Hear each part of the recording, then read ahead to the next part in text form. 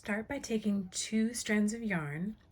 Now I want to use the beginning and the end of the same ball of yarn, but for this video I'm using 2 different colors so that you can see the difference. And I'm making a slip knot with both of them. And we're going to end up getting rid of this slip knot eventually, so don't worry about it. It's just to anchor the 2 yarns together. All right, now this is,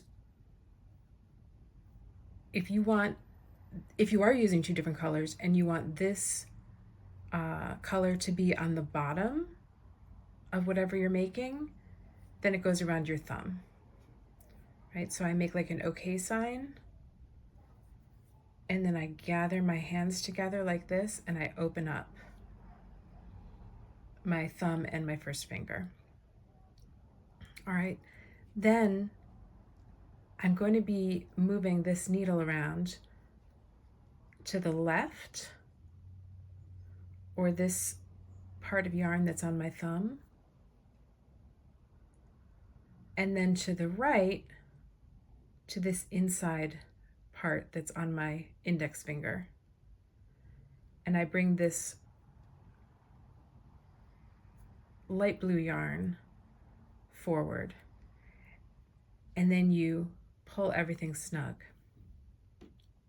Okay, so get your fingers in the right position, wrap your other fingers there, open up your thumb and first finger all the way to the left, and then this inner right hand yarn, and then bring the needle forward.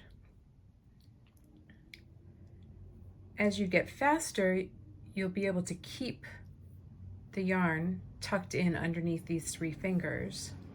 You won't have to reset every time. So to the left, bring this one forward.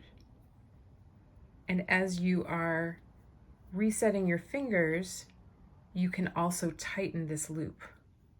So to the left, bring this loop forward. To the left, bring this loop forward.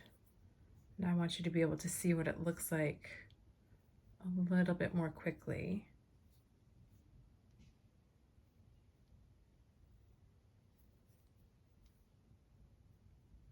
And I'm using my right fingers to move the stitches down on the needle. So you can see here that the teal is at the bottom and the light blue is at the top. And the benefit to doing this long tail cast on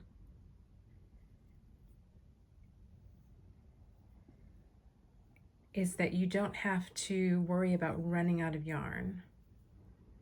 You'll just be using both ends of the yarn, and then when you're done, you can cast on hundreds of stitches this way if you need to.